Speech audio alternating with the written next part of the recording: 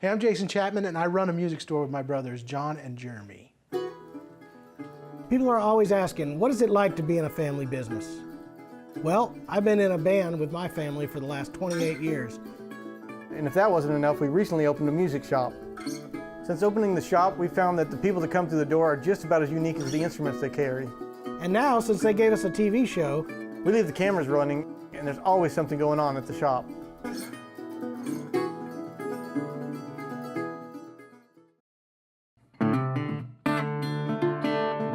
Hey, this is Jeremy Chapman. Welcome back to another episode of the Ozark Music Shop. I'm here with my brothers John and Jason, and this week on the show, we got Sammy Shelor, a great friend of ours, incredible banjo player. He stopped by. Yes, that's what he does.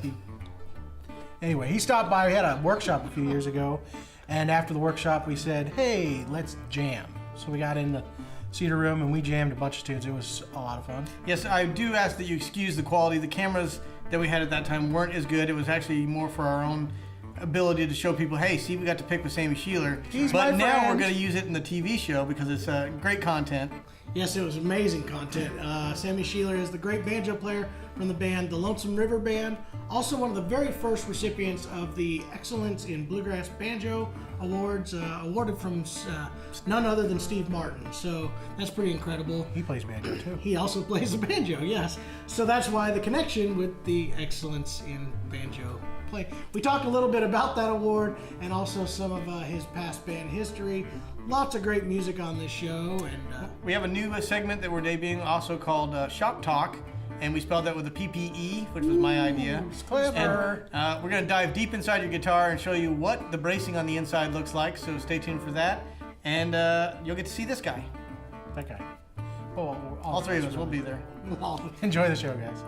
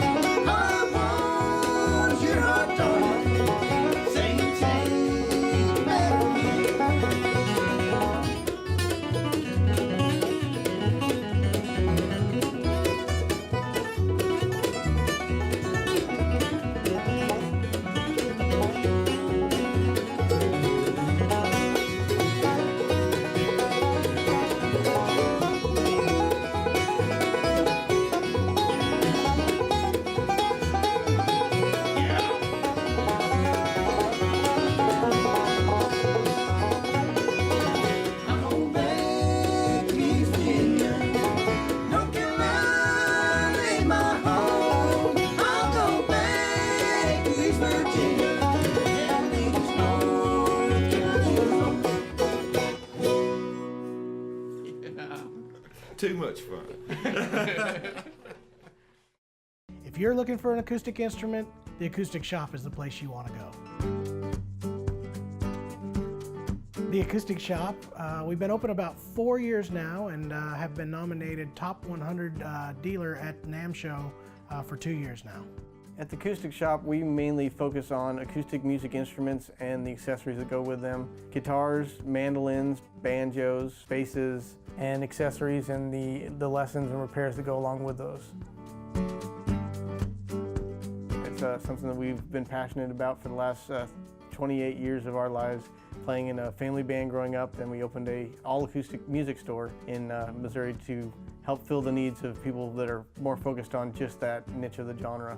With us having all those years on the road, it's really helped us to find the right instrument for the right person. When somebody calls us or comes into the shop, we can actually talk to them and know exactly what kind of instrument would be the best fit for them. And I think that's just something that we bring that a lot of people can't.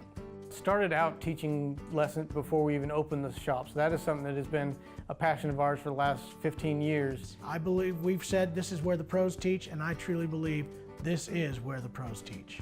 At the Acoustic Shop, this isn't just what we do, this is who we are. So if you're wanting to learn how to play the banjo, the fiddle, the mandolin, guitar, the Acoustic Shop's the place for you.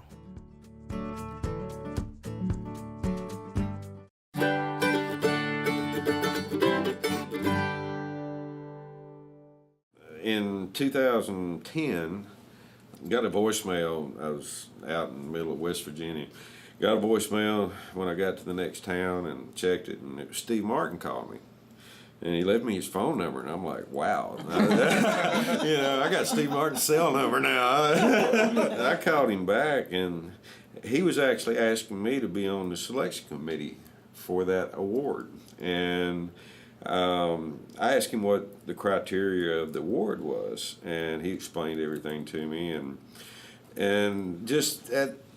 I just felt like that I wasn't at the stature in the business to be on the selection committee. I felt like I was more, with all the criteria he explained, I felt like I was more as a possible recipient. I really did. And I turned down being on the selection committee. And in 2011, I hadn't really even thought about it. And the Tuesday after Labor Day, I went to my post office box, and there was a little notice I had to sign for something. So I go up there, and she lays it out on the counter, and I see Beverly Hills, California, and then I see Steve's name, and I'm like, what does he want? And That jerk. Exactly. Jerk. So I went ahead and opened the package there in the post office, and the first thing I saw was the check, and the postmaster still hadn't told me what I said. So I called my agent, and he said, I'm glad you got it. He said, Steve's called here 3 times this week wanting to know if you got it yet. And he didn't want it. That's how you get it. It's overnight mail. But turned out, overnight to Metzadam from Virginia from Beverly Hills, California took 7 days. So he was worried about his check floating around.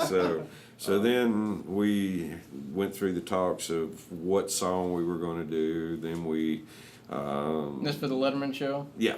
And then showed up at Letterman's the next day, and sure enough, it was 48 degrees in that studio.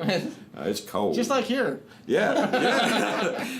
So, you know, it's like you put your banjo backstage, let it sit for 2.5 hours, and then you go out and try to play freezing to death. And This was after you had to do the little skit. Yeah, we did the skit, and it went off really well, and I was complimented by the producer on my timing, my comedic timing, which I never knew I had.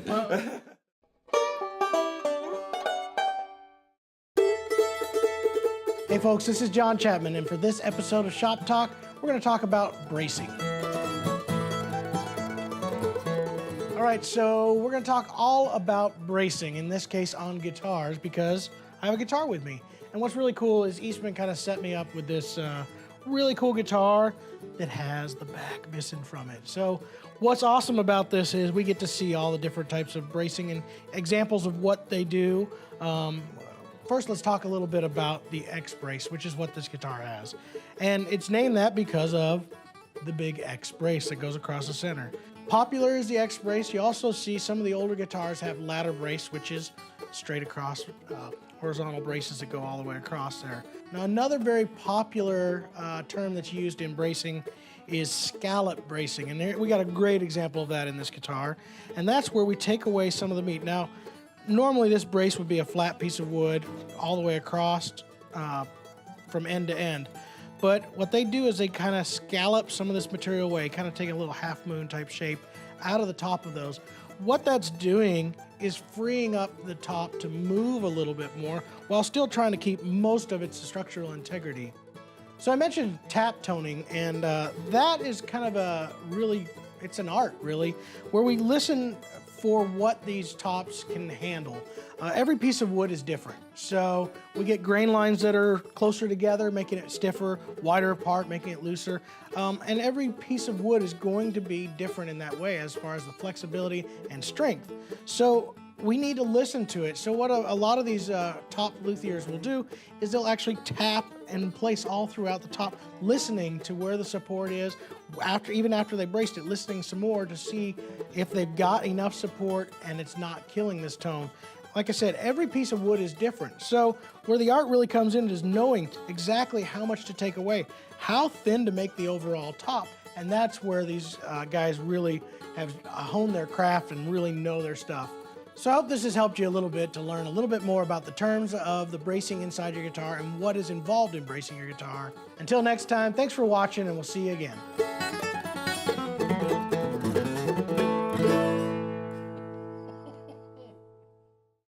3, 2, 1. This all started with a passion. Music has been a part of our lives for as long as I can remember. Our goal from the start was to have an outlet where we could feel that passion in others. At the Acoustic Shop, this is not just what we do, it's who we are.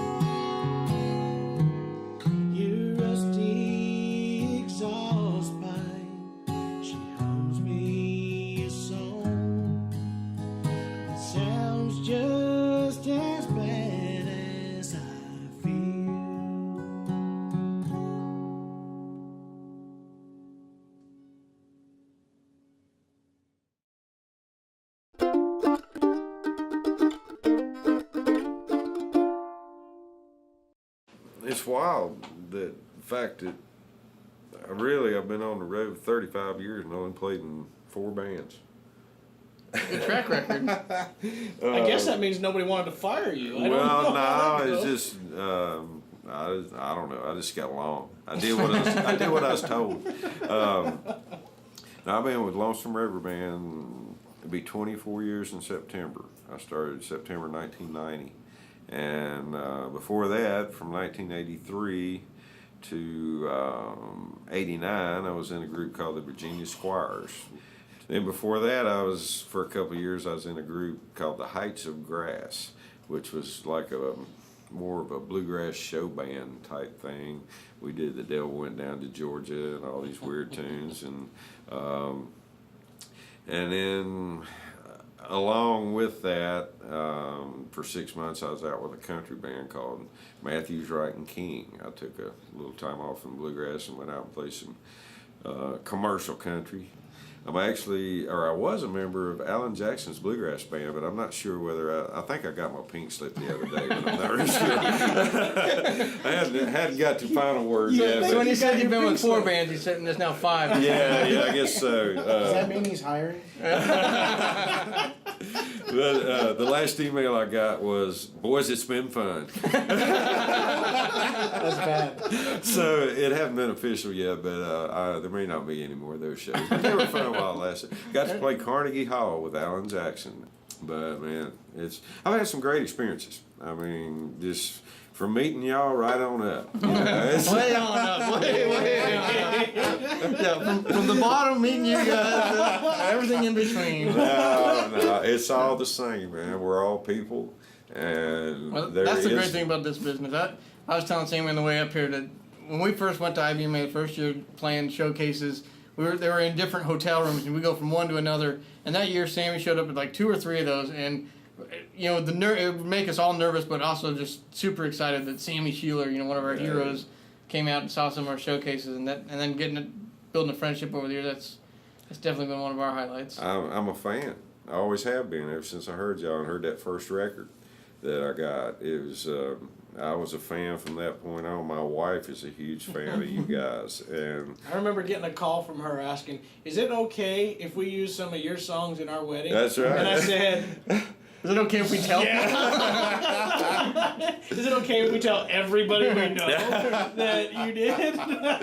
Yeah, you know, I mean, it's just, you know, that's the cool thing about bluegrass. And when I went over and tried the country thing for a while, I didn't like it because I never got to see the public.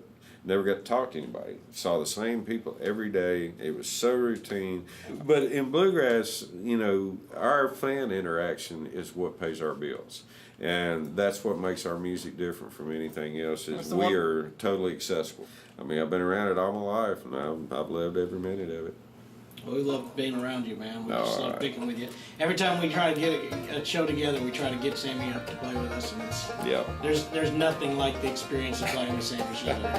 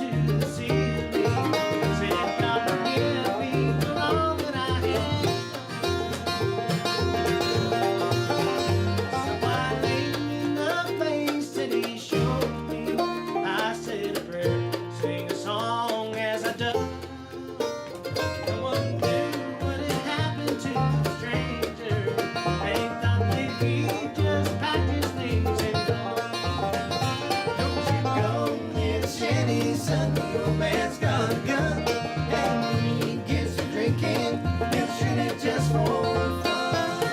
But ain't that I was the old man's only friend. The old man in the shanty, how I still remember him. He's just an old man in the shanty, how I still remember him.